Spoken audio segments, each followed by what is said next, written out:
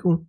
So now I'm going to introduce a rapid fire round. Just a quick Uh-oh. question. You answer quickly. Just what is on your mind.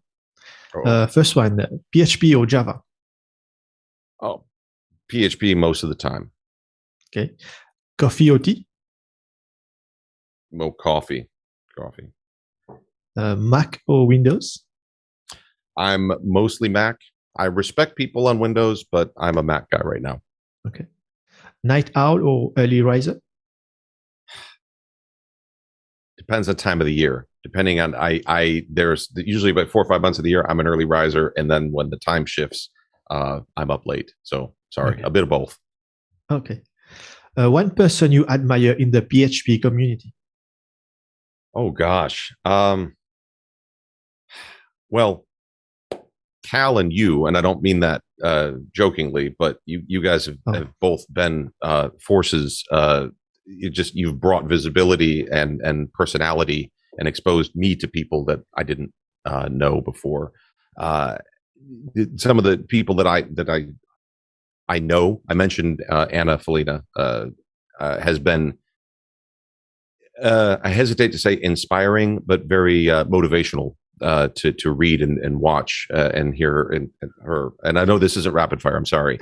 Okay. Adam Culp is another one, and yes. Just he was very kind enough to get me into Sunshine when there was, I think, the last ticket available or something. Cal, you may have been helped with that, but that was a lot more.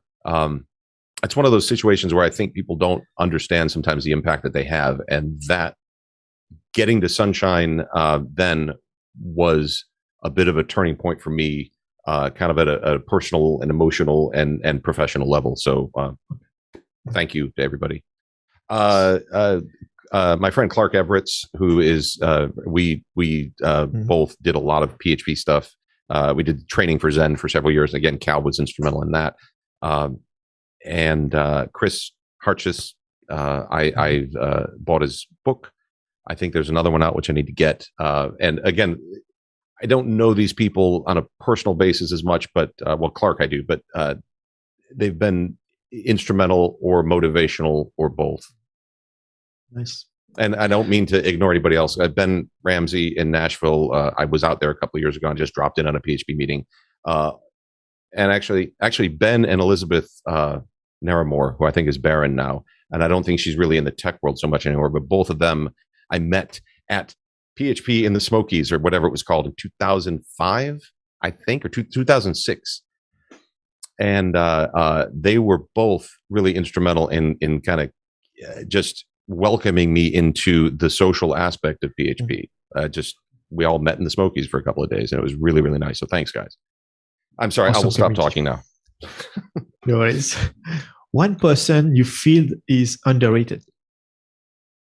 Oh gosh. In the PHP world, yeah, or in the PHP community, or yeah.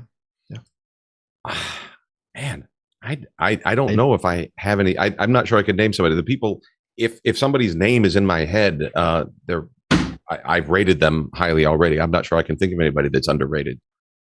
Sorry, anybody who feels they're underrated and wanted a shout out. Well, last one PHP-based project that you really appreciate. Wow. Sheesh.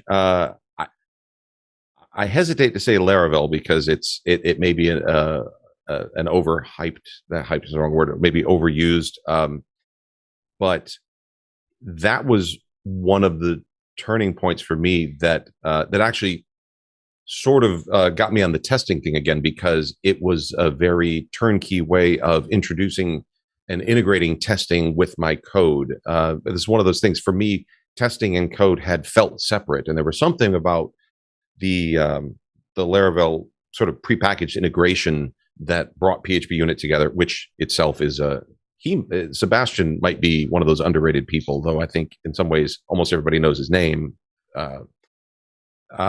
So that's probably something on a more individual or maybe a more specific package. Carbon, the whole Carbon date time library has been huge and eye opening for me. Okay. Good choice. Yeah, and I don't know if I'm saying this right. The Spady people, the Spotty people, SPATIE over in Belgium. I know who you mean, but I don't know how to pronounce it either. Yeah. Spati, maybe. I'm not trying to make fun of accents, but Spati. My brother was living in Belgium for a couple of years, and he was in Brussels, and I had planned to go over, and I said, "Oh, I want to get up to Antwerp and just go visit these guys at their office and say thank you." And I was going to go, and then COVID, and I couldn't get in. Now my brother doesn't live there anymore, so I don't have much of a reason to get back. Maybe if I'm traveling Europe, I'll stop in and say hello. But their packages all around have been very useful. They probably know it as well. But thank you, guys, and maybe gals too. I don't know who's working there. I'm sorry, I'm rambling again, but those are some things that spring to mind when you ask that question.